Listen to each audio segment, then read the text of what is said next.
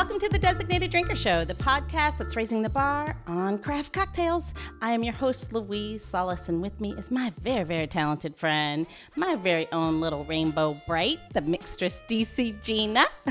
Whoa, that is a mouthful right now, isn't it? Yeah, don't you be my little rainbow bright? I mean, I'll take it. I'm gonna take it. I like that. That's cute, actually. Good. About my childhood. All right. So speaking of color, Gina, we both will probably agree that color is a very, very powerful source. It can affect you emotionally. It actually can affect you physically as well. And, you know, our likes and dislikes, that part's a little subjective, but colors actually have a universal meaning. So, for instance, this one's an easy one. Red, yellows, and oranges, that's the warm colors of the spectrum and make you feel warm and fuzzy. Maybe you're on the beach, but it can also go all the way to the edge of making you angry and irritated. That happens a lot during COVID. Stuck at home with your husband. Alone. Anyway, I talk about myself. I mean, but then now blues, purples and greens, those are our cool colors. They bring calm and they kind of like, you know, make us feel serene, like we're, you know, hanging out in a hammock. But it can also make you feel kind of slow and melancholy and sadness. So there's a big spectrum on those. So do you agree? Do you think you buying what I'm selling? Buying my Kool-Aid, my purple Kool-Aid? Yeah, I feel like I'm going to put on a mood right now and guess my aura. I don't know. Where are you going? I want to know how you're going to wrap this one up. I want to know what your favorite color is. My favorite color is blue. So again, you went to that serene, like, not sad, but like cooling, calm colors. So the funny thing is I'm on the opposite side. One of my favorite colors, which I don't wear because someday I fear that I'm going to have to wear a lot of it because you won't be my alibi, and that is orange. You won't bail me out. You won't be my alibi, or worse yet, you'll be my accomplice. Yeah, I'll probably be with you. Go ahead. Yeah. So all of this, you know, vibrancy, color talk, and my little rainbow bright, it brings me to, and you know, it's positive thinking about how color is powerful. It brings us to today's designated drinker. We're going to talk about some more bright things and positive things with both of our designated drinkers. I did not slur. There are two. I haven't slurred yet. Anyway, we just started. Give me time. Let me please introduce and welcome our guests to the show today, the president and the CEO of the Restaurant Association of Metropolitan Washington, Kathy Hollinger. And wait, we have a returning guest. She is none other than the editor-in-chief and business strategist of InsideF&B, the very, very savvy Francine Cohen. Welcome to the show, ladies. Hi. Hello, Kathy and Francine. So where are you, Kathy? I'm here in Washington, D.C. And how about you, Francine? I am in New York City. Wow. Smack in the middle of Manhattan. There you go. But everyone's safe. Home safe and we're all at our homes. Yeah.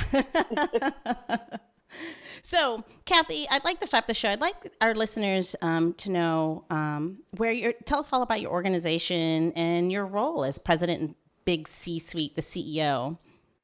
Well, ladies, let me first say this. I am so delighted that I could be here with you guys. What a nice distraction to be able to just more joyfully talk about everything that's going on in our world, right? So I'm here today, hopefully, as we have a great conversation about what we're doing at the organization. At Restaurant Association, the organization I lead, we are a community of about 1,200 operators, restaurant and food service operators. Wow. Taverns, and we're mostly Washington, D.C., but we're also a little bit of Northern Virginia and a little bit of suburban Maryland. So we're Metropolitan Washington, but we're an organization that is 96% independently owned and operated in terms of the kind of establishments we represent.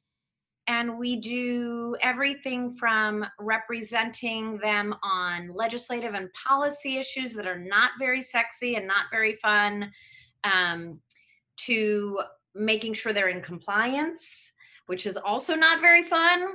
Well, it depends on what kind of restraint you're using, right? That's true. And today it's a whole different, rules of engagement completely, right? But then also training, education, and then marketing around butts and seats marketing. What can we do creatively to make sure that people are experiencing all that is really fantastic about our industry, and candidly, will always be really fantastic about our industry, regardless of what we're going through, period.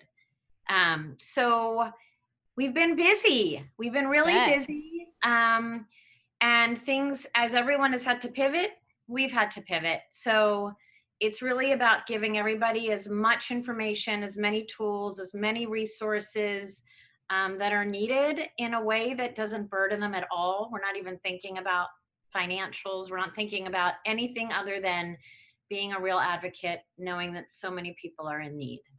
I think that's one thing, just jumping in on an organization standpoint. There's a lot of organizations that we all rely on, don't realize the type of work they're doing, and for many, many different industries. And they've all, that's a whole nother membership. To your point, you're putting all that on hold on those dues, and still want people to, because now you have a bigger calling.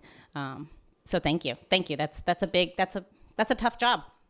Well, thanks for having me. Absolutely. So, let's talk, Francine. You've been on the show before. I actually do believe that I did a little research, and I think you are one of maybe our most listeners' favorite Really? past guest of all time. Yeah. Wow. That's quite an honor. I am tickled to be back, and hope they like me as much the second time around. I can't imagine they wouldn't. I have So a lot what to have you say. been up to? When have you been up to since we've seen you last? Well, gosh, have I been busy.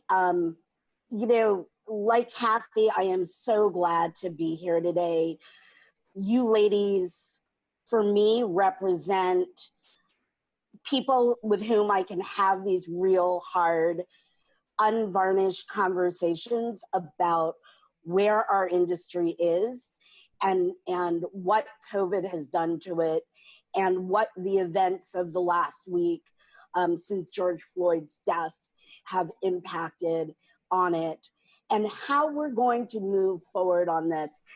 I've spent a lot of time, particularly recently, in taking our work in InsideF&B and really dedicating it to helping colleagues and friends reimagine their businesses. The COVID pandemic is horrible as it is, worldwide, but particularly we're talking here in the States. As horrible as it is, I've got a nugget of hope. And I see that there is opportunity for enormous change.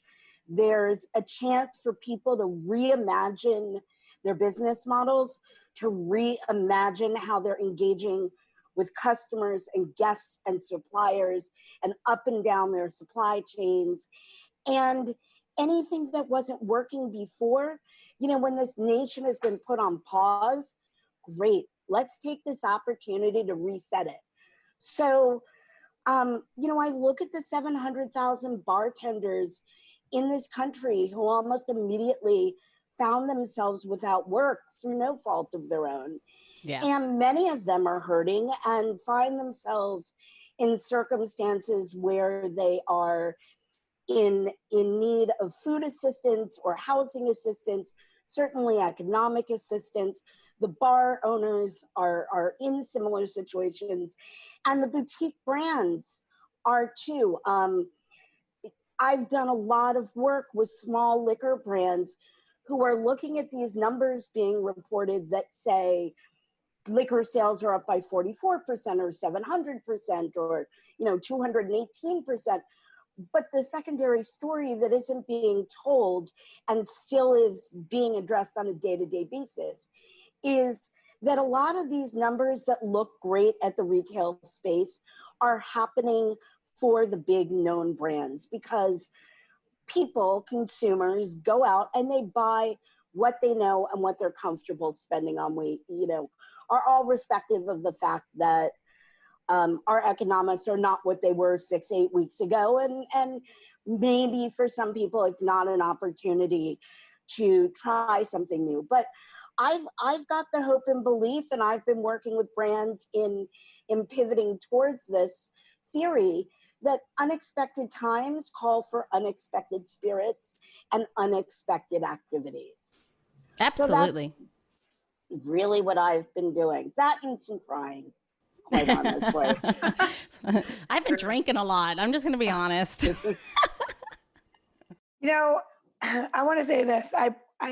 I wanted this episode to happen for this reason, for Kathy and Francine to be on this episode, for our listeners to really get a sense of two sides of the coin. One that's advocating for literally the lifeblood of a restaurant and what everybody understands what a restaurant is for the United States, which Kathy is doing with the United States government, legislation, and she's putting it out there every day. And I don't think everybody understands maybe what that means. That means changing the laws. That means providing new laws. That means telling that you cannot get insurance. You can't do anything with your insurance for COVID.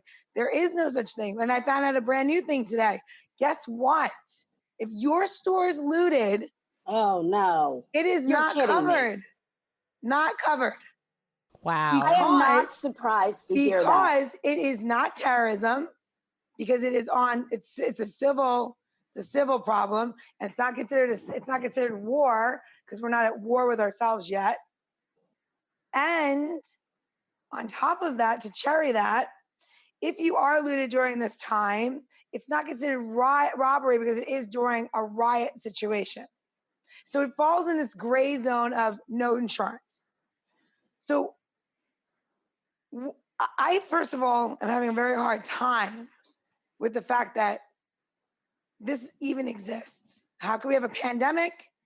How could anything happen to George Floyd? How could racism, just this disgusting thing, just constantly coming up at all times in our lives?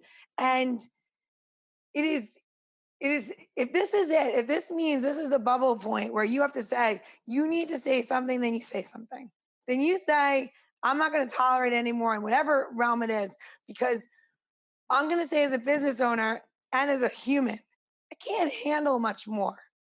I can't navigate a business, a restaurant, and pretend everything is okay and be like, oh my God, I'm so excited to give you this cocktail because everything is okay. It is beyond not okay. It fell off of Mount Everest, not okay, 2 months ago. And now it is taking a deep plunge into the deepest lagoons of dark earth, where those things with the little light fish live. And it's still going further deep, and it's not okay. And I want the listeners to really understand the navigation of what it takes, a restaurant association, how many people. And then Francine Cohen navigating all of the thoughts of the people inside the business that are suffering in the restaurant business. Unemployed, not sure they're going back to work. The benefits are starting to run out. PPP will go away, everybody. This isn't some magic gift that everybody received, because they didn't. And I think a lot of people don't want to hear that truth. And I think that this episode of the show is that truth. It is that raw, and it is that necessary for people to literally hear what it is that one side of the coin of telling everybody what people like Kathy are doing or I'm doing, and then Kathy listening to Francine, who's like got her ear on the street and hearing the problem. And I think that it's incredible that we have a platform to do this, but the saddest points of our life are today, because we have to do this. Yeah. And to your point, Jenna, all of that, absolutely. And I think what would be wonderful with all three of you on the show, to be honest, because everyone knows I'm on the other side of it. I'm not in the trenches of the food and beverage industry. I'm very close to it, obviously. But I am on the outside of it. on the peripheral. I think what was really wonderful about this episode is you're right. Hearing all those things is very hard. And I think lack of knowledge, ignorance, period. A lack of knowledge is harmful, especially in this scenario. But I think that what we can do now is also offer those nuggets of hope. And then also, how is it that, because no one wants to be left helpless, like, I can't do anything to fix this, but each one of us can do something. And is it with your voice? Is it with your vote? Is it with learning a new behavior? Is it because, as our food and beverage industry, which we've discussed at length, as it reopens, what are those new rules? What are those new expectations of a patron, and an understanding and a patience that it's going to take on my behalf? No one's giving me that rule book either. As simple as, that when you go in, you might have to wait 3 minutes for a table or 10 minutes for a table, and you get a cocktail at the bar. That's how we behaved before. What does it look like now? What can we expect as a patron? And then also, what can we do even before then? Are there things that we can do? Obviously, there's different places you can donate. But I think that if we can give listeners some of that, I think we can help change the scenario, even if it's just on a small level, on an individual level. Yeah, I'd love to. I have so much I want to share, and why don't I start here? And please, I'd love to hear what you have in terms of your perspective and what you would share. I will say this, 2 months ago, when COVID-19 happened, right? Which seems like decades ago at this point. It does. But 2 months ago, really, what was happening immediately in our world? I mean, just to give some perspective. So we have close to 1,200 operators, and we have this tiny, badass, I will say, all-female team of 7 of us. 7 of us. I mean, we're small but mighty. We're small but mighty because people are committed, as everyone in this industry is, right? People are passionate. They're committed. They're not doing it because they think they're going to make a lot of money. They're doing it because they love it, period. And that's important as we get to other parts of this. But this is what I will say. The first few weeks, couple days, was all of what people needed to know just to be able to pivot, that quick pivot of, wait a minute, what am I allowed to do? What can I do? What should I do? Then it was followed by, Gina, and I'm sure you have heard this often you've done this and your friends have done this with you. Literally, you guys, grown individuals bawling either at my doorstep or on the phone or however, it was constant, and hearts are breaking because when you are in a position to be helpful and be a resource, I don't know how to navigate COVID-19. Who the heck knows how to navigate COVID-19, let alone what we're dealing with this last week. But my focus was, what are the whole patching relief efforts I can put in place with the leaders who are willing? Everyone was willing. I will say everybody was willing. Nobody knew what they were doing, but everybody was willing. And the not knowing what they're doing, that causes additional complexity that comes down the line when you have to fix the legislation that you brilliantly created. And I'm assuming some of that as well. I had some ideas that they seemed amazing, but the implementation of it is difficult. So I will say it was the whole patching, because there was this dream and thought that federal government was going to come up with this great program to help our industry across the country. Well, they created PPP, and it doesn't work for our industry. People got the loans and they maybe were going to be forgiven, but it didn't apply to our folks who have already terminated 90% of their workforce. What is the benefit to retain your workforce when you had to day 2 tell your people they are no longer with the job? So that maddening, anyone who was politicizing this in crisis, that was a whole other layer of emotion that was heart-wrenching. But what I will say is this: the local leaders in Northern Virginia and DC and suburban Maryland, so we got these grants put together. They're great, but by the time you get a grant, you get $4,000. What is $4,000 going to do after you already have $50,000 of expenses that have accrued? I mean, it seems so. The efforts were intended to be big, and their desire to help is big. But when everything was meant to wait for what was going to be more helpful, it isn't helpful still. It's still not helpful. So yes, you can sell beer, wine, and liquor. I think that's great and game changing and could be permanent across the region, and it should be. And that's what we're pushing for now is, Francine, to your point, people are doing things differently. And the silver lining here is, what can we do to reset all of what we didn't have time to address and deal with for a decade plus? How can we use the one time that we have way too much time to actually reset and think about how we're going to do things differently? So I will just close by saying this, close my portion right here. The heartbreak that I've listened to, that I've seen, the resilience and the commitment from people to be purposeful. They don't care about making money. I mean, they're like, I'm not going to make any money, but I have a purpose and I'm going to help. There is no other industry that leads with their heart the way that we do, at our own expense. At our own expense, always, period.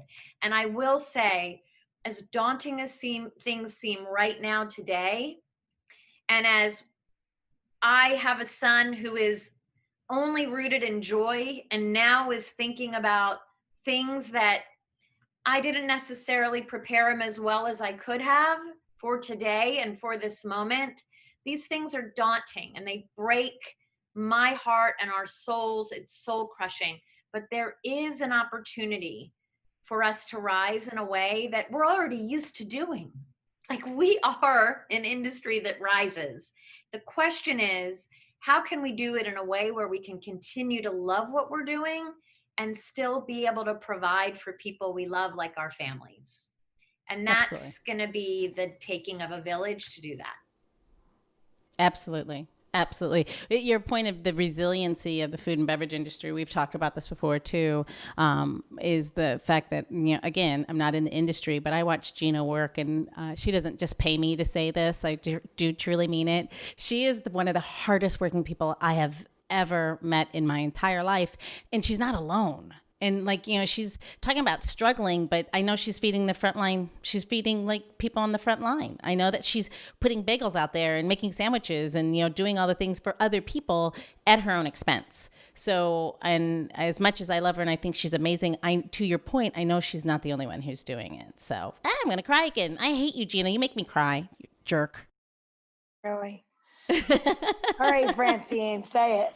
You know, to Kathy's point about resiliency and community, and I'm probably going to cry, but, you know, the thing that struck me as so very meaningful the moment this all happened was the chatter that started on social media, on emails going back and forth, on phone calls that were business owner to business owner, bartender to bartender, brand to brand, brand to business owner. You know, how can we help?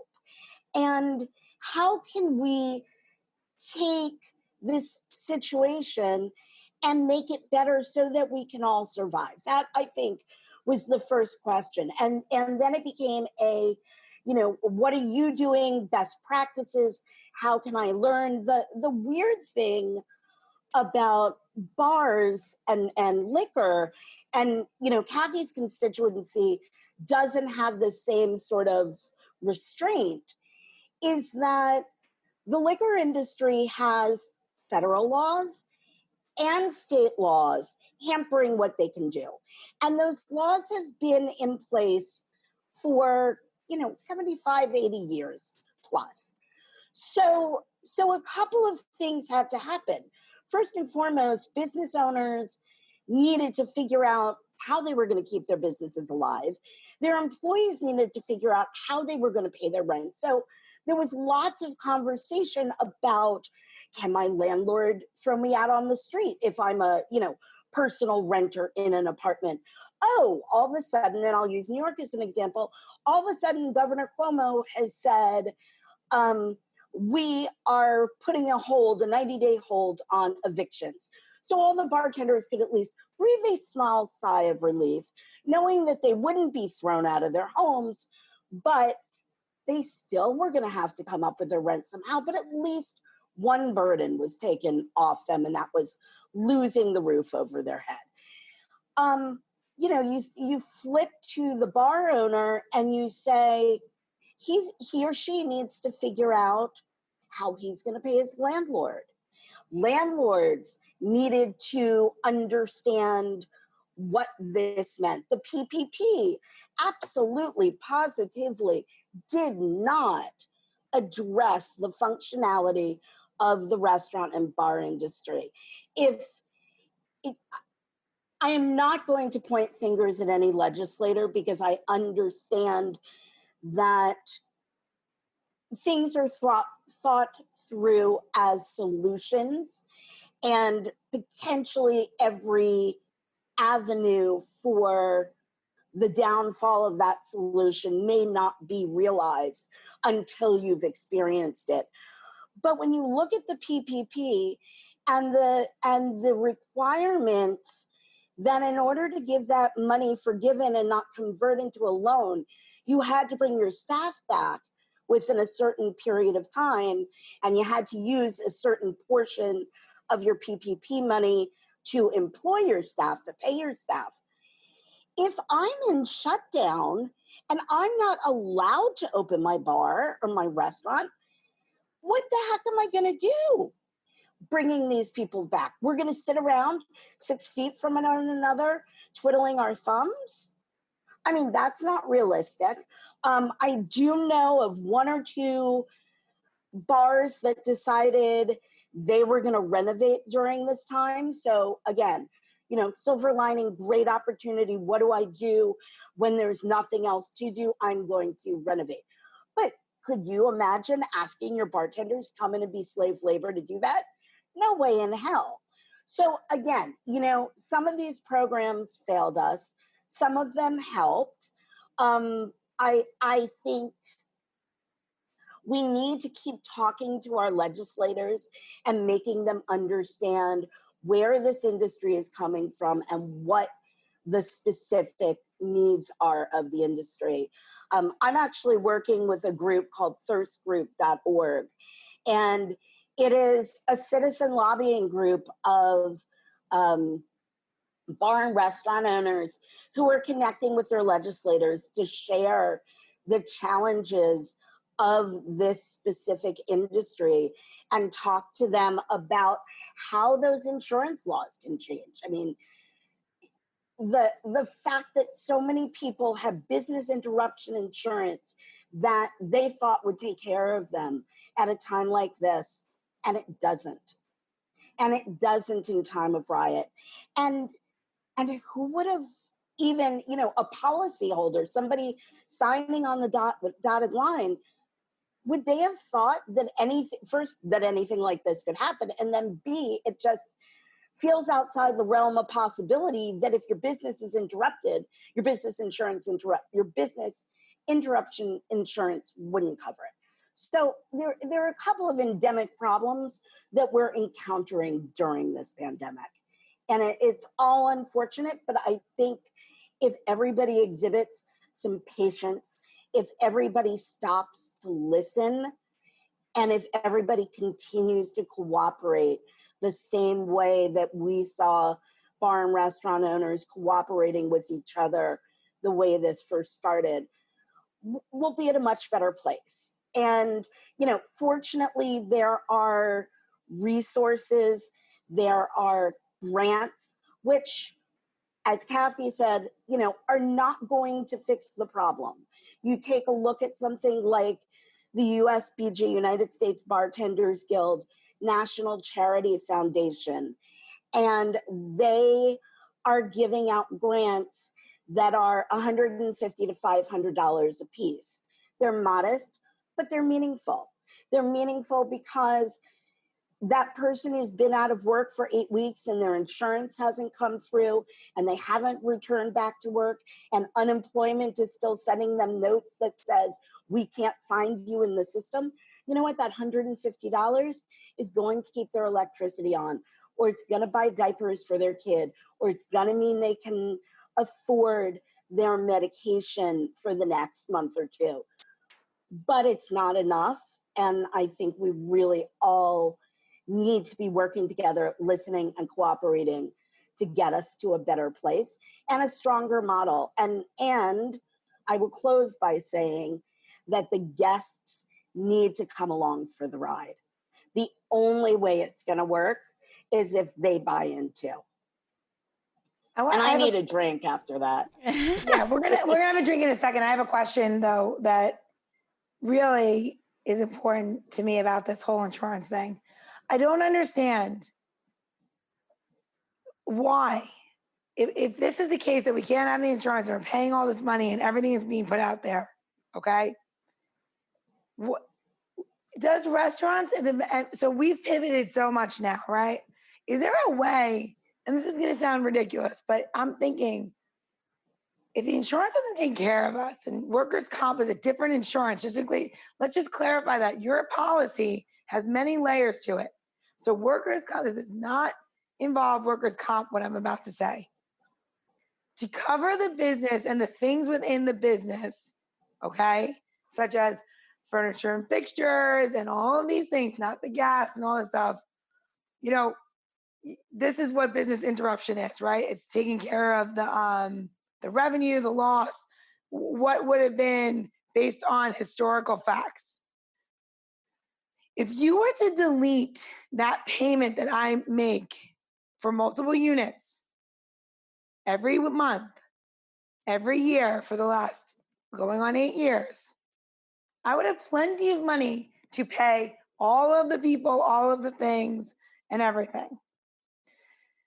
Part of me thinks, in some bizarre way, that there is, as the restaurants become new to people again, that there's almost, if we can't change the insurance game, that there's almost a dine at your own risk. And I don't mean that that's what we should do, but there should be some kind of like mutual agreement between the guest and the property and the business owner. It says, no, if you poison me, that's one thing, right? But like, there's got to be something like in between there that takes the risk off of the business and the insurance a bit and puts some liability onto the guest. Because I find it incredibly unfair, the amount of insurance, and I would 100% share my policy with everybody to show you how much insurance I have to carry for somebody to come in and act a fool in my restaurant, sit on the sink in the bathroom and break it. I don't know, just drink too much and hit their head. 1,000 things. Yeah. There's got to be a way to fix this, to do something that we can fix this so that the little people in the restaurant business stop paying all the big slip and fall insurance for, like, say people that go to like a mall, because all that money goes into one conglomerate pot. Now, if I was a retail store, guess what? I would have gotten all kinds of business interruption. But because I'm not a retail store, I can't get it. And that's not fair.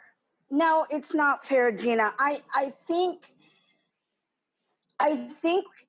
it's an interesting idea, but I see what you're saying as a bigger problem because it's societal. You've got to get your guests to take personal responsibility. And unfortunately, we live in a litigious society.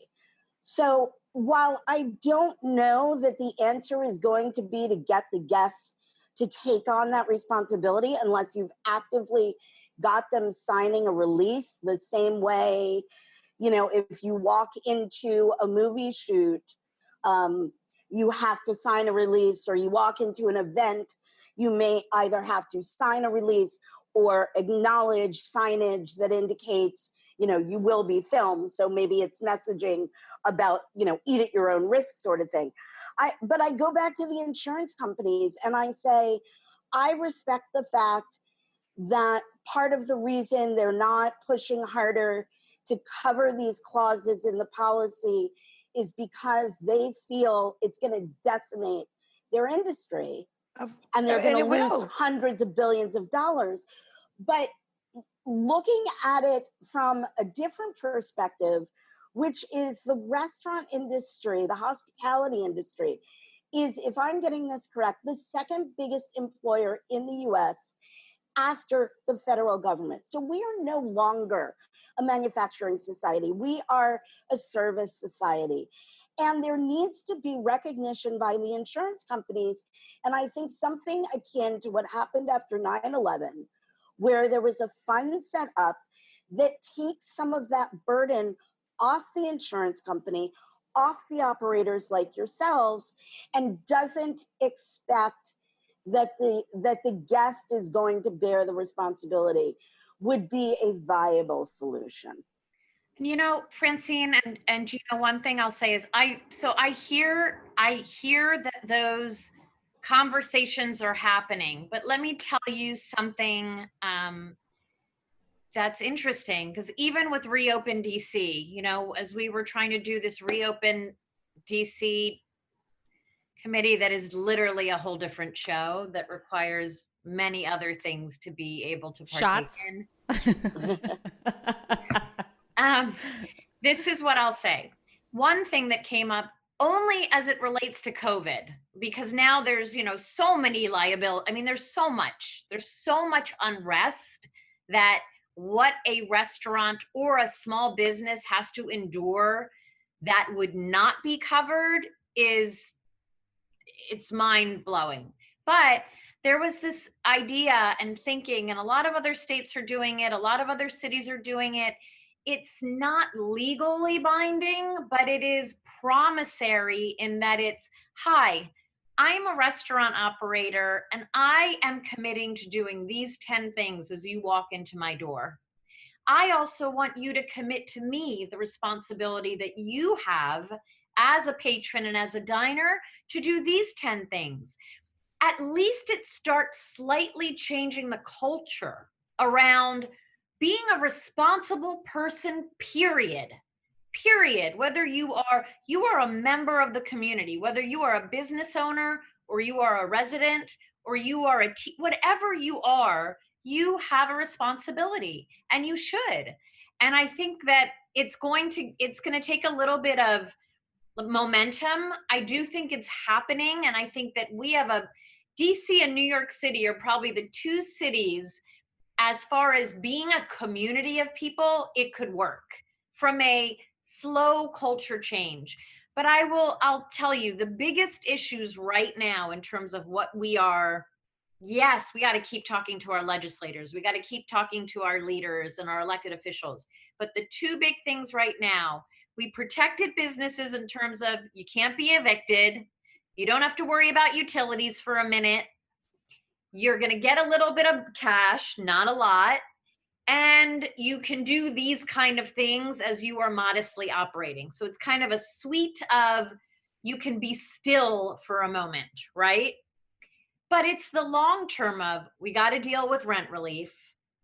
We got to deal with how landlords are coming to the table and being solutions driven and not like, this isn't our problem. It's everyone's problem. Everyone has to come to the table, and the insurance companies are going to have to come to the table, and federal government's going to have to come to the table, because it's not, we want to screw you over and gouge you to help us. It's, how are we all coming to the table with a little bit of risk and a lot of solution so that we're rebuilding as a society going forward? I mean, So Yeah, I half get frustrated and I half get, I'm hopeful, but I think what's great is when I hear that everybody is saying the same thing. And as we are louder and bolder and more consistent in saying it, someone's got to pay attention, right? You gotta hope. You gotta Somebody's hope. gotta. Or you know what? If it's not the legislators taking note, and if it's not our elected officials and the insurance companies listening, then maybe it'll be the guests. You know, there's the you know, when the cocktail movement started a little over 10 years ago, and it started with these small speakeasy type bars, they all had rules up on their walls. And it was hearkening back to a time, you know, generations ago, but guests responded well to it, and they adhered, and they liked it, and they took advantage of it.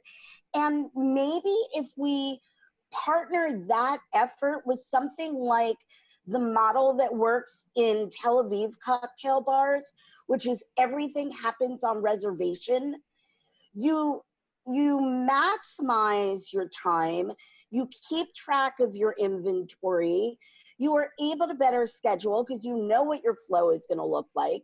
You commit the guest by getting them to pay in advance for their reservation. And everybody on both sides of it, both sides of the business operation, are buying in. Yeah. I hope we can get there really soon. Yeah. We'll see. We'll see. I mean, who knows? You know, a lot of work ahead, right? A lot of work. And there's a lot of work ahead. Predicting it. And there's no predicting it. But I go back to being a broken record. Cooperation and listening. Yeah, completely. All right, Gina, is it time for our cocktail? I think it is. And today actually, we're going to talk about the spirit that is provided from us. So Francine, you want to tell us about your spirit a little bit? I'd be happy to. Caravedo Pisco is the biggest imported Pisco into the U.S. And if you have no idea what Pisco is, aside from it being Peru's national beverage, it is an all-grape-based spirit. It's the soul and essence of wine because it's distilled from wine. And the beauty and purity of it comes from the fact that no matter which of the 8 grapes you use to make Pisco, it's distilled to proof and there is nothing added. It is all grapes all the time. It's all grapes all the time is gonna be the name of this cocktail. It makes me want to do a little jig.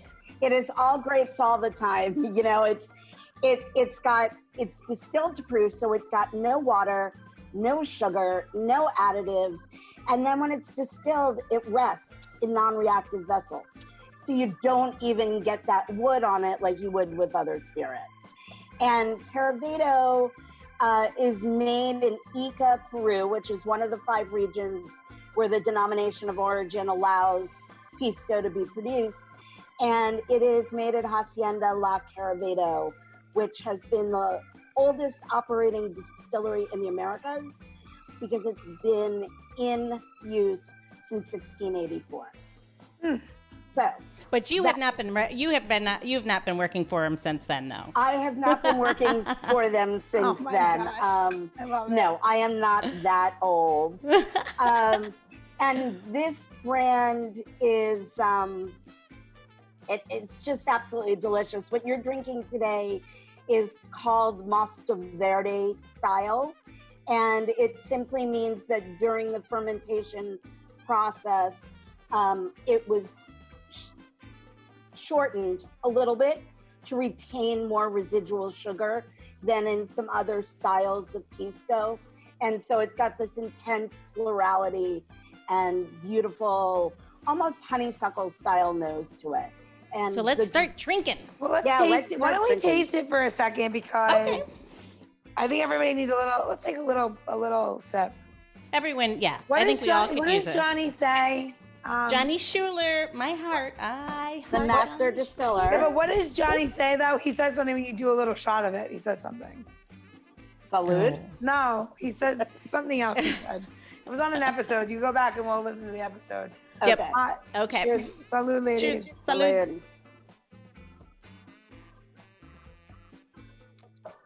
And in Peru, they drink it by itself. I mean, certainly there's a huge cocktail culture in Peru, but this is a beauty all on its own, just as a sipper. A slow sipper. Which I love. Gina, how would you describe it? Super floral, fruity. I get lots of melon. As I'm gonna use cantaloupe. So You have lots of melons. yes. So I'm sitting today in bartending, which is new for me. So I don't even know how to do this. I'm like, I'm gonna sit because I've been at work since 6 o'clock this morning. But let's do the drink. So one thing I did ahead of time while we've been on the Zoom is kind of like been putting a little bit of sugar on my glass because I'm not gonna put any sugar in the drink. Now you have an option for how you do it at home because this is the beauty, right? You're at home. So I'm not gonna criticize you on Service Bar and tell you you're doing it wrong. So this cocktail required fruit of whatever was in your house, sugar, citrus, which I prefer the lemon, and then I had optional ingredients where you could have maraschino liqueur or Cointreau. So what did everybody bring to the table is the first question. Got raspberries. Raspberries? Yeah. I have melon. Okay. Is that cantaloupe? Melon. Gala melon. Oh, it's like a honeydew. It's like a honeydew. Yeah, it's definitely in the honeydew family, but it was yellow on the outside. And then Kathy, what do you have? I have watermelon, Yum. and I'm really excited. All right. So if you have whole pieces of melon or juice, we're gonna just start with that. And if you have your raspberries, we're gonna put that inside of your shaker. So raspberries do not require a muddling process. So Louise and I will just muddle our drinks. I'm gonna move this down so everyone can see. Need my So muddler. I put some cantaloupe into my tin, and I'm just going to give it a quick muddle because we just want the fruit and it's really soft, so it's actually not that hard of a muddle. So we just want the fruit to actually become the sugar. So we were talking about the dryness, the really beautiful florality and dryness of the pisco. One thing I try to do with spirits is not mask the product with a lot of sugar. So if you How have much melon do you think is right? about 2 ounces, it's really subjective. Do you want it more? Do you want it really juicy or not? For Kathy, I would put in 1.5 ounces of watermelon juice. For Francine, I would put in about 5 to 7 raspberries. Okay. And then for Louise, you need to put about 2 to 3 ounces of the melon in there, and then you're going to squish it, and you'll probably get about 1.5 ounces of juice. Okay, I think I did it. Okay, so now that's all in there, right? So for me, when I use melon in a drink, I always put the citrus in next. So I'm going to take my lemon and I'm going to squeeze a little bit of fresh lemon in there. If you have lemon juice and you want the actual ounce size of that, you're going to just put in about, this is again subjective, 1/2 ounce to 3/4 ounce of lemon juice. You don't really need too much. Oh, I just shot my computer. It's nice. I think it's such a mess, but it's very liberating. What? Yeah, make a mess. This is the one time when you make the mess, it's good to go. All right, does anybody have the secondary or third ingredients that I asked for? I have Cointreau. Hollinger has 0 secondary. Perfect.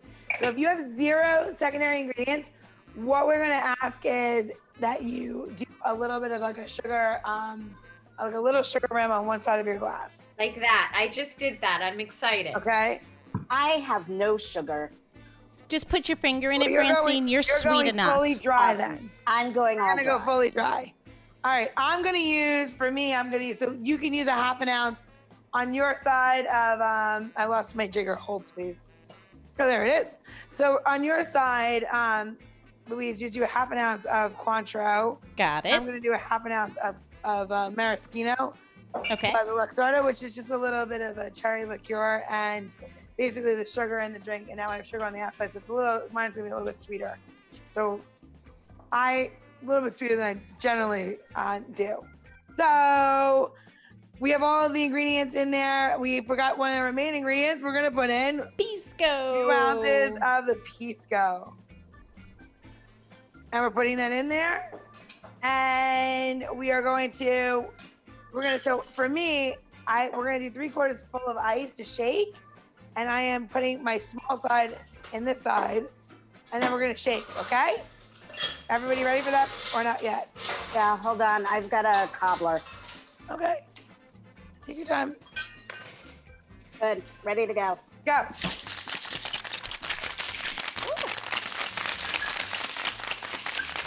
Shake it like it matters. My hands are getting cold. Yeah. Where'd Gina go? Okay. Now you've shaken it quite a bit. We're gonna take some ice, put it in your glass, whatever glass you've chosen. Gina, let me ask you this. When you smack this, what's the magic? It's Getting them breaking apart. the seal. Yeah, it's But on what the side. It's side? on the side where the space is. Right there? Yeah. There we go. Thank you. Stop talking. Hi, everybody. This is real life when you have COVID and a pandemic. Your kids are home all the time. All right, Ooh, that's right? not nearly enough. And what'd you top that with? Mine? So I put mine a little bit of melon. Kathy, what do you got on yours? Sorry, I got distracted putting my things together. What did you ask last? Nothing. What part are you up to? Shaking? I finished shaking. I'm now pouring. I'm good. I'm up to date. All right. Is it in the ice in your glass? Let me see. It is. Very nice. It's lovely. So vibrant, talking about colors. Look, I added a little color. Beautiful. See, there was a whole reason why we had the colors in the beginning. Now it all makes sense in the end, right? I planned that, Gina. I planned it all out. Well, Here's mine. Beautiful. I went straight up with it. I'm having COVID house issues in that I live in a small apartment in New York City, and we're trying to shop just like every 2 weeks. So my freezer is full, and I've got no ice, or very little ice. So I'm conserving, and I'll be drinking it like this. so you are literally living a 1918 lifestyle. Oh my God! Oh wait, and we do not have gas. I do not have cooking gas in my apartment. You When guys did live in a that small happen? apartment. Oh my I God. don't know if you want gas, Wait, right? Ladies, cheers. Let's have a sip of your drink. Cheers. and let's Hold it Cheers. up. Cheers. Cheers. Well, this makes it feel a little bit better, right? Oh, that's delicious. That tastes amazing.